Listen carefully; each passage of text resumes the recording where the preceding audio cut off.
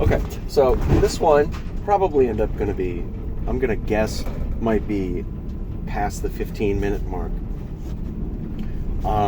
So this one's going to be about kind of character creation, optimizing, and unfocused and suboptimal choices that you can make with a character. So first, whenever I make a character, I usually start from some particular concept. And sometimes those concepts work out and they're strong. I'm going to use the term strong. They're strong and fun and effective. And sometimes it ends up not being as cool or fun or strong as I initially thought it was going to be.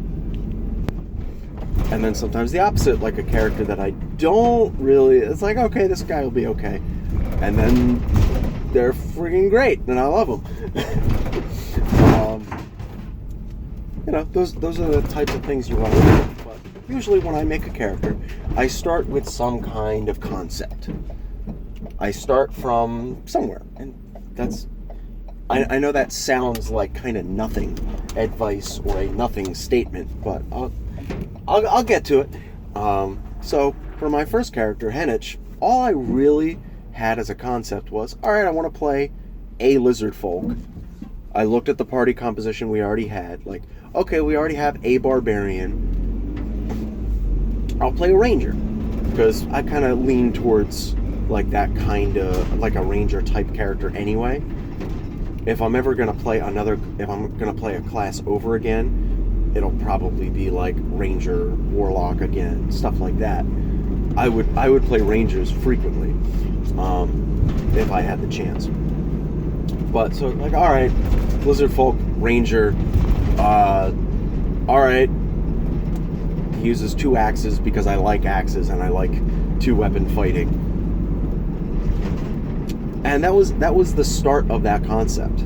And then again, looking at the rest of the party, it was like, all right, everybody's pretty smart. I'll be kind of a backwards hick because lizard folk are very uncivilized and they reject modernity and civilization and like they reject anything that's more complicated than a stick with a pointy end. So he'll have low intelligence to reflect his lack of education.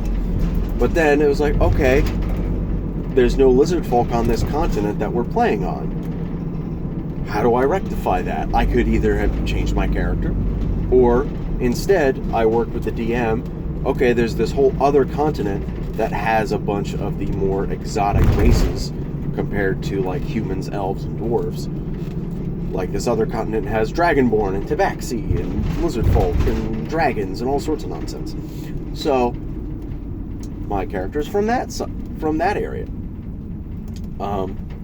And I had to come up with, okay, how the hell does my uneducated lizard folk get across the ocean?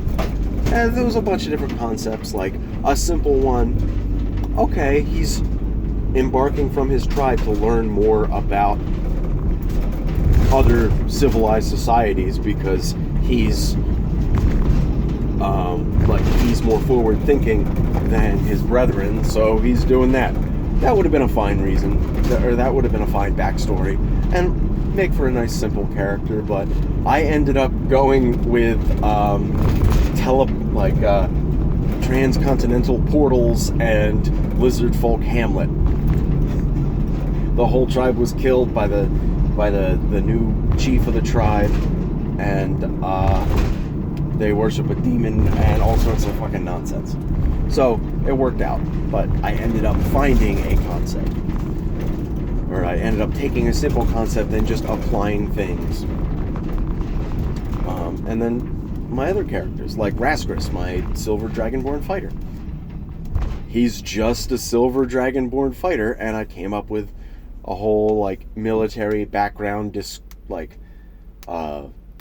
disgraced family name backstory, which isn't really that important, but the main concept was I wanted to play a dragonborn fighter because they just came out with a new dragonborn with new mechanics, so I wanted to try it.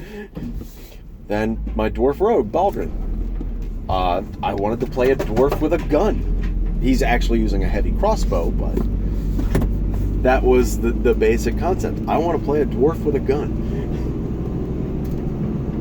And you go from there. And like most of my character concepts kind of go that way.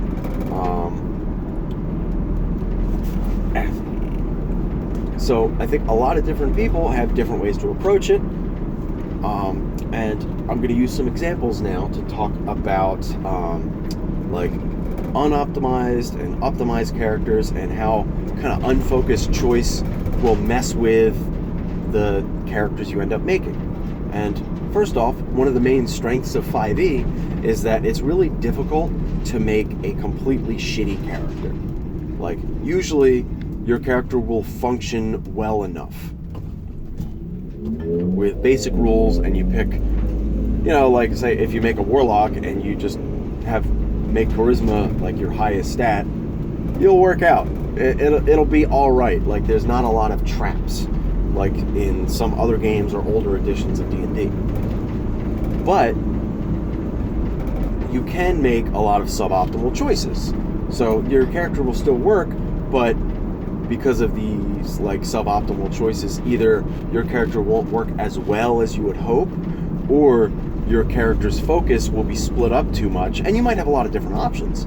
And that's one type of a strong character, that you can participate in a lot of different situations, but maybe you're not particularly great at any of them. You're okay at certain things, or you're okay at a lot of things. So, I'm gonna bring up the example of a friend of mine's character in the Drag Me to the Downtown Auto Mall one shot. Don't ask me.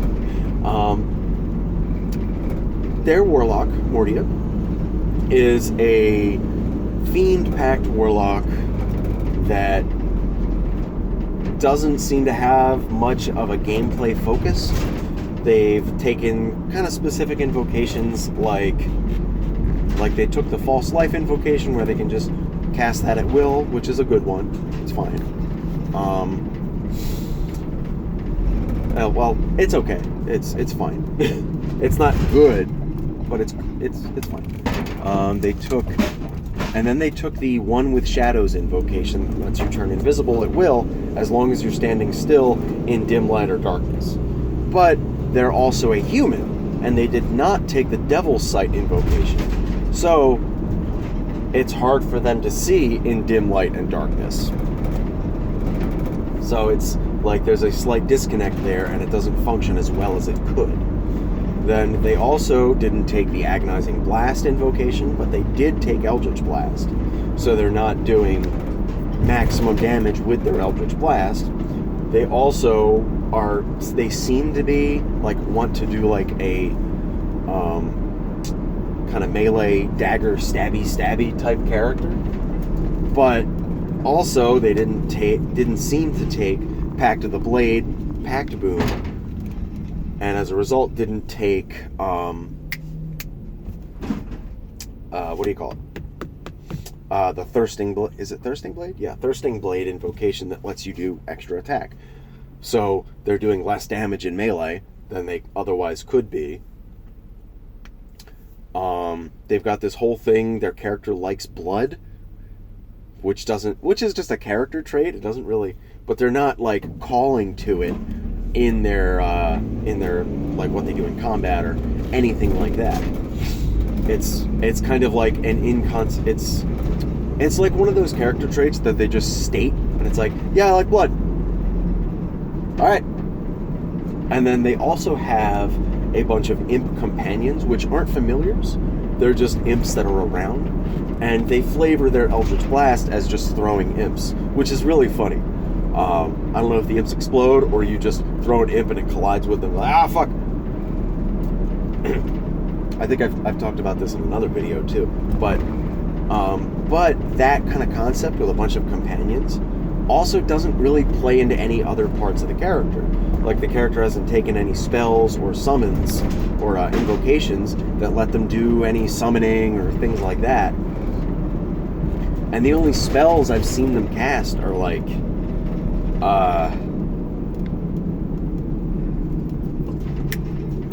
I saw they cast Spider Climb, and I don't know what other spell. I don't know if they casted like Hex or some other spell, but their spells were really weak and kind of inconsequential. And that's just unfamiliarity with the spells themselves. But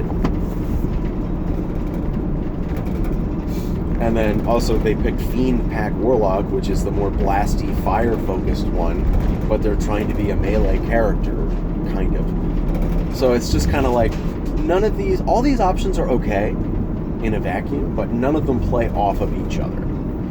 And if you're trying to be like a Swiss Army knife style character, that's okay, but you're going to be less overall effective in specific areas. And there's a few things you could have given, that this character could have given up to specialize a little bit more. Like the Pact Boon, and they haven't taken the Thirsting Blade extra attack. That's kind of a no-brainer if you know about it.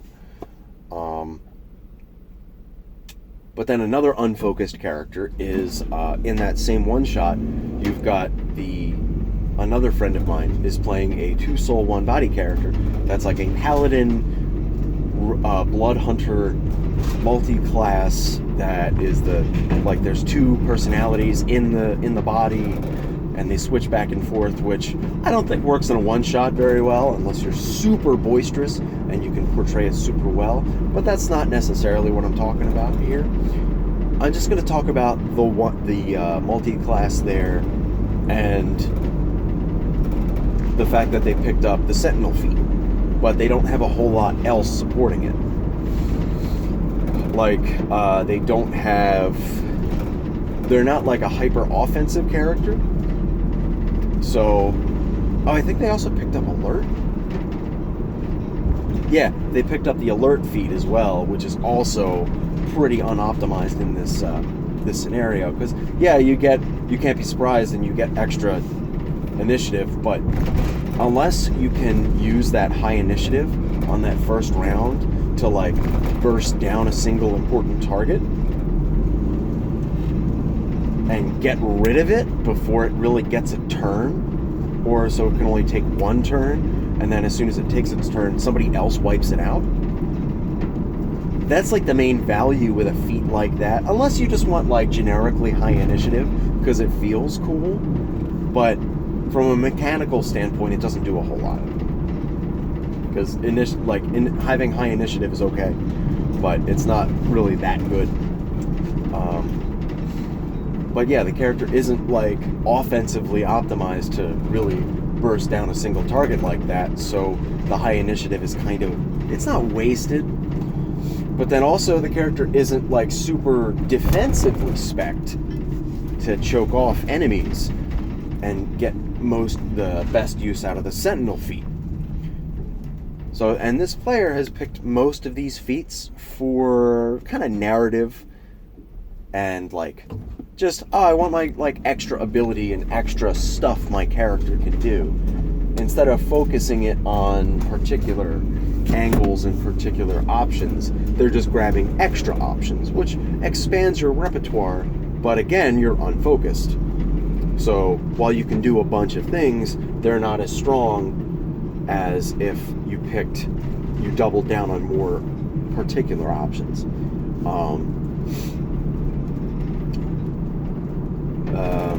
And yeah, that's just kind of how it is. Like, not every character has to be optimized and super strong. Like, that would be really boring.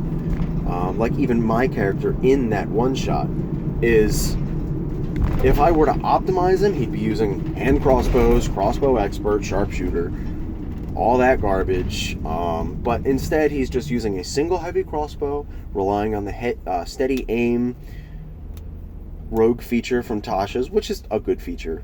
I mean, you lose all your movement, but, So, he works out reasonably well. He's reasonably strong. He does his job well.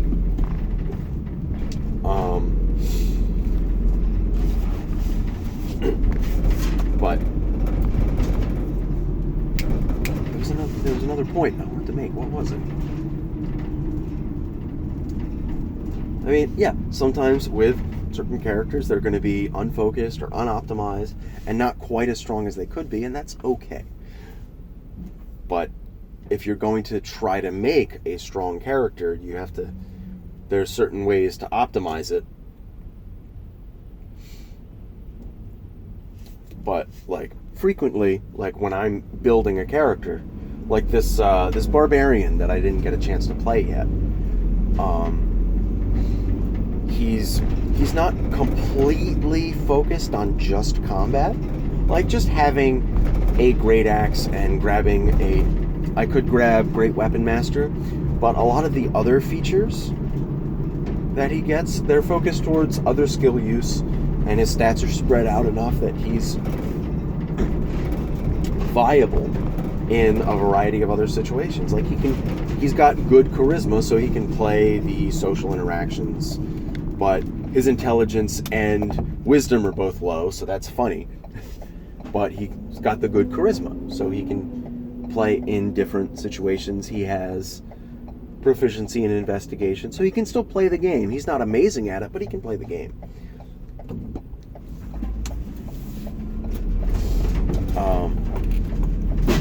And you know, a lot of players will play barbarians in particular and kind of build them to just be big damage machines and just do the combat, and that's kind of it. And that I find is really boring. I don't want to play a hyper-focused min-max type of character that's like that. I want to play an optimized character that does their job well, but can still do other things. That's usually how I build characters. Like for my Lizardfolk Ranger Henich, he could be built to be higher damage, like more combat focused, but he's got a lot of other skill proficiencies and other things, and some of his spell choices are there for his own like survival, not necessarily big damage and things like that. So there's all these different choices you can make.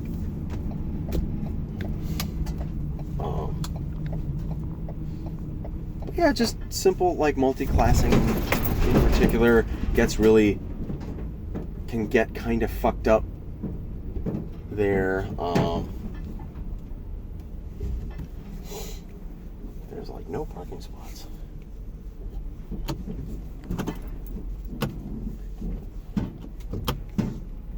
I'm just gonna pull right here. Do that. Parking a big van. Yeah, certain multi-class combinations get like really fucked up. Like if you're gonna do a barbarian monk multi-class, it kind of doesn't. It like you're not getting a whole lot out of monk. If you're like primarily a barbarian, you're not getting a whole lot out of monk. But I mean, you could, if you're primarily a monk, you could take barbarian and get some rages, but all you're getting out of rage is like the damage reduction, and that can be flavorful, but there's not a whole lot of features that work well together. Like both of them get unarmored defense, but one of them is going to be better than the other, so there's no point in having both. And then like you get a martial arts die and you can use that with strength, but instead of multi-classing into monk, you could just take the tavern brawler feat or take a level in fighter instead, and then grab the unarmed fighting style, and now you're doing a D6 and a D8 with two hands instead, and you can still use strength with it and get advantage and blah blah blah. So you're not getting a whole lot like from that kind of multi-class unless you're doing it primarily for flavor, which is fine.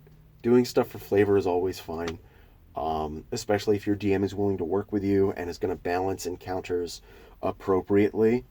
Like they're not going to balance everything if every party member is like min-max to hell and super strong, but then you've got one guy who's a monk, druid, warlock multi-class that just only uses the friends cantrip.